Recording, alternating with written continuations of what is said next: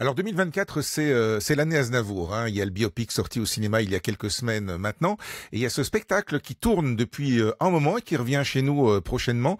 Ce sera le 10 décembre au Cirque Royal à Bruxelles et le 27 mars à la Sucrerie à Wavre. C'est Formidable Aznavour avec Jules Grison qui en est l'interprète principal, qui est un peu Aznavour sur scène. On peut dire ça comme ça. Bonjour Jules. On peut dire ça comme ça. Salut Philippe. Ouais. Alors, C'est pas un concert d'imitation, hein. C'est un pas du tout. hommage.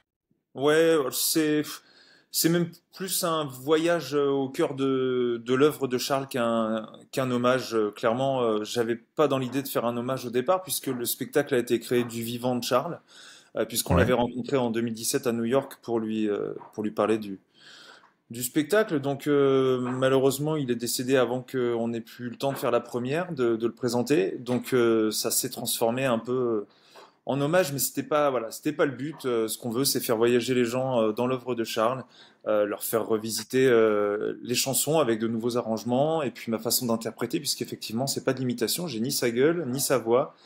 Et Voilà, vous êtes plus grand que lui, je pense et aussi. je fais Donc ouais, voilà. je vais faire 30 centimètres de plus que lui, donc voilà. Et on n'est pas méchant en disant ça.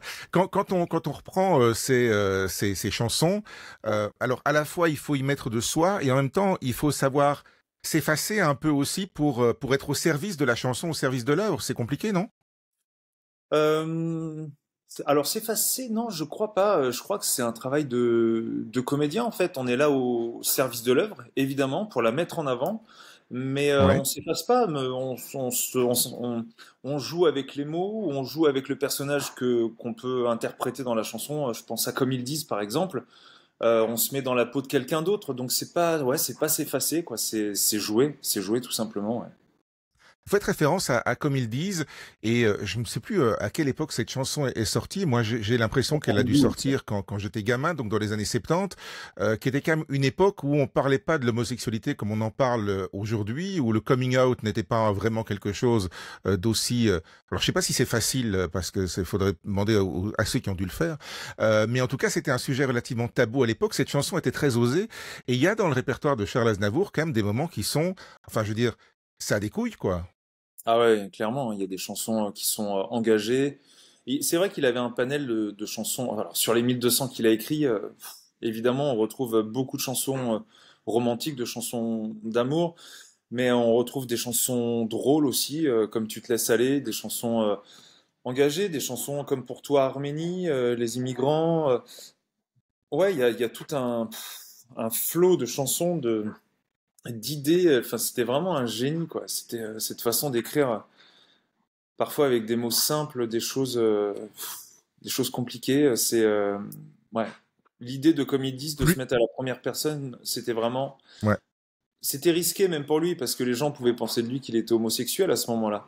En 72, Aussi. de dire de le faire à la première personne, c'était vraiment osé. Puis en 72, l'homosexualité, c'était pas vraiment le sujet hein, quand même. Hein. C'est arrivé plus tard. C'était Hein. pas le sujet, c'était un sujet de moquerie et il y avait même encore pas mal de pays où c'était même quelque chose d'interdit, même plus qu'un tabou. Ouais, bon, ouais, 50 ans après, on y est toujours, hein, Philippe. Oui, il y a encore beaucoup de pays, c'est vrai, Encore beaucoup de pays, où ça reste c'est un sujet très grave et c'est évidemment. clair. Alors quand il a écrit plus de 1000 chansons et interprété plus de 1000 chansons, on met pas 1000 chansons dans un tour de chant comme celui que vous faites, C'est Jules. sûr. Euh, Comment on fait le choix avec la production? Comment on écrit une histoire à travers les chansons? Il y a de toute façon 10 titres qui sont des standards de Charles, des chansons que tout le monde a envie de chanter et voilà, et de communier autour. Donc hier encore, Emmenez-moi, La Bohème, euh, La Mama, je sais moi, il y en a tellement. Euh, donc forcément, il y a une shortlist comme ça qui est établie de base et ensuite des morceaux bah, parce que je me sentais je sais pas, des idées derrière la tête, de me dire tiens celle-ci ce serait chouette qu'on en fasse une version de jazz, celle-ci Ouais, à ma fille par exemple, elle me parle en ce moment parce que je suis papa d'une fille de 9 ans et que ouais. bah, voilà que j'y ai senti un attachement particulier. Tu te laisses aller parce que Tu te laisses aller est une chanson très drôle et que la jouer sur scène en duo. D'ailleurs tiens je lance un appel. aux chanteuses bruxelloises. On ne sait jamais si le 10 décembre, une chanteuse veut venir partager un moment sur scène pour interpréter cette chanson comme Charles le faisait avec Annie Cordy. Ce sera avec grand plaisir. Voilà. Voilà, il suffit d'aller voir sur le site les coordonnées de Jules Grison sur le site de Formidable Aznavour, évidemment. Justement, il y a différents styles musicaux qui sont représentés dans le spectacle. On voyage aussi entre les époques. Alors oui, on voyage entre les époques, mais il faut quand même rappeler que Charles s'est condensé sur une quinzaine d'années, quoi. Ça commence de 60, ça va jusqu'à 75, et c'est vrai que l'essentiel de ces tubes, de ces standards, ont été écrits dans ces années-là. Donc il y a peu de chansons aujourd'hui que je rajoute au répertoire, en fait, je pense, qui dépassent les années 80, 90. Il y a des chansons en anglais aussi parce que Charles Aznavour a quand même eu le culot, le courage de vouloir se lancer aussi dans une carrière internationale et aux États-Unis.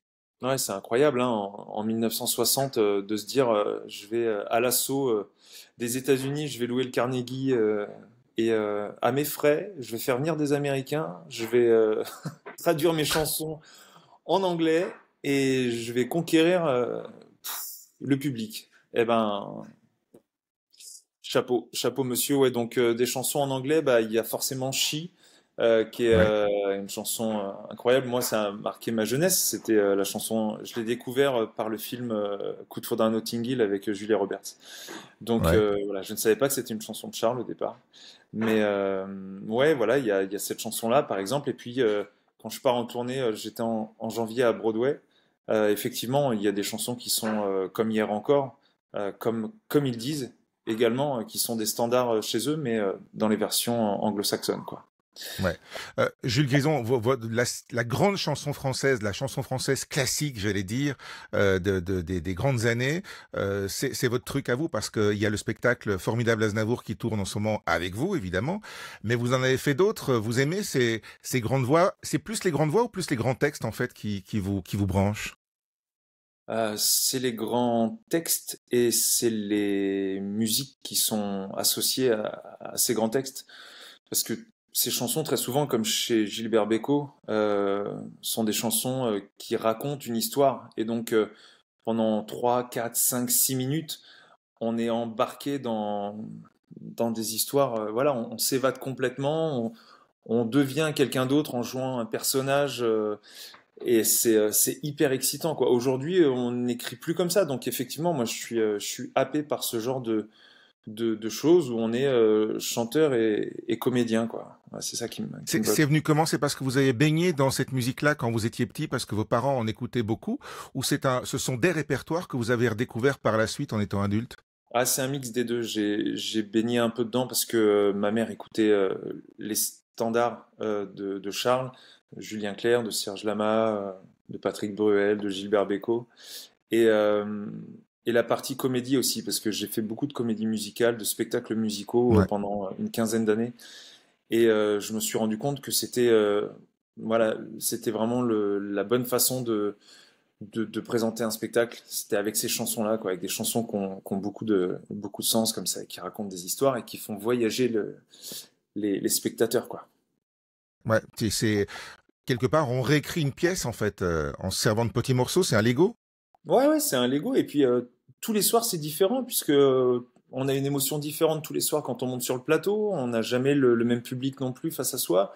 Et on a des façons différentes de raconter les histoires tous les soirs. Donc voilà, il n'y a pas de lassitude, quoi. C'est hyper Ce excitant. sont aussi pour beaucoup des grands orchestres, donc des vraies partitions. Pour quelqu'un comme vous qui a quand même étudié le piano pendant une dizaine d'années, je veux dire, c'est aussi quelque part retrouver un peu l'aspect un peu classique des choses. Ouais, je pense aussi, ouais. Il y a un peu l'aspect classique parce que ces mélodies et ces orchestrations, elles ont quelque chose de plus ou de différent de ce qu'on fait aujourd'hui dans la chanson française. Donc, c'est vrai que c'est vraiment des chansons et des répertoires qui sont à cheval entre ce qu'on faisait dans les années 20, où c'était vraiment tortueux, c'était un peu tordu, les mélodies étaient très compliquées, et puis aujourd'hui, on a des mélodies très simples qui se baladent sur quatre accords. voilà, dans ces années 60, bah, je trouve qu'on a un juste milieu où les mélodies ont quelque chose de formidable, vraiment. Bah, de formidable comme Aznavour et comme titre du Ouais, spectacle. Donc voilà. voilà, il n'y a plus qu'à venir vous voir et surtout vous écouter aussi quand même sur scène. Ce sera aussi à Royal à Bruxelles le 10 décembre. Et je rappelle que si vous êtes chanteuse bruxelloise et que vous avez envie de remplacer Annie Cordy aux côtés de Charles Aznavour, interprété par Jules Grison, il vous attend. Donc hein, voilà, Voilà. vous pouvez poser votre candidature. Et il y aura pour ceux qui auront loupé la représentation du 10 décembre à Bruxelles, il y aura le 27 mars à la Sucrerie à Wavre. Et alors, Bon amusement, Jules Grison, merci beaucoup. Oui, vous avez un truc à rajouter? ouais, ce sera pas le 27 mars, ce sera le 29 mars. Ah, le 29 mars, j'ai fait Ouais, une tout à petite fait. erreur de date, voilà. Non, c'est pas Donc le toi, c'était 29 le mars à communiqué. la sucrerie à Wavre. Bien Exactement. sûr, toutes les infos sur le site internet du spectacle Formidable Aznavour et sur la page Facebook.